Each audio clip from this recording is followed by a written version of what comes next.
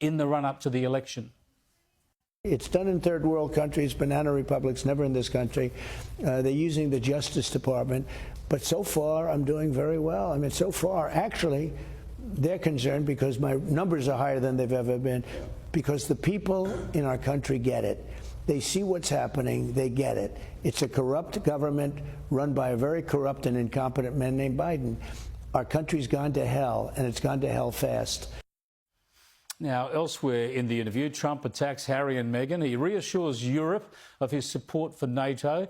He claims Russia would not have invaded Ukraine if he was still in the White House, and he addresses the whole bloodbath controversy from the weekend. But the interview also turned to Trump's likely opponent, the incumbent President Joe Biden, who, by the way, was looking shaky as ever last night. We drove out to the airport and put you on Air Force One. You said you had a prescription needed filled, and it was an American company that made it. I'd say, okay, let's fly to Toronto, or to Berlin, or to London, or to Rome, or any major city in America. I'll get you that same prescription filled in those cities for 40 to 60% less than it cost you at a pharmacy here. London, Rome, or any major city in America? Really, this is typical, isn't it? But while Trump normally mocks Biden, it's not something he seemed to want to focus on in this interview. Is he senile? I don't know. I don't want to really get into it. I don't know that he is. Certainly, it's a terrible representative of our country. When you look at Putin and Xi and all these guys, Kim Jong-un, all people, we had no problem with Russia. We had no problem with China. China's now, like, taking over things. And he's a Manchurian candidate. If you look at Biden, he's actually a Manchurian candidate.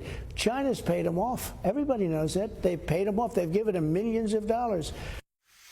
Trump never holds back, does he? In fact, Trump says there would not be war in Ukraine or in Israel if he'd remained in the presidency, and therefore countless lives have been lost needlessly.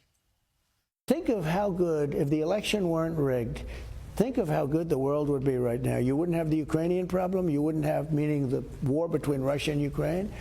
You wouldn't have the Israeli problem. You wouldn't have had the attack. It would have been fine.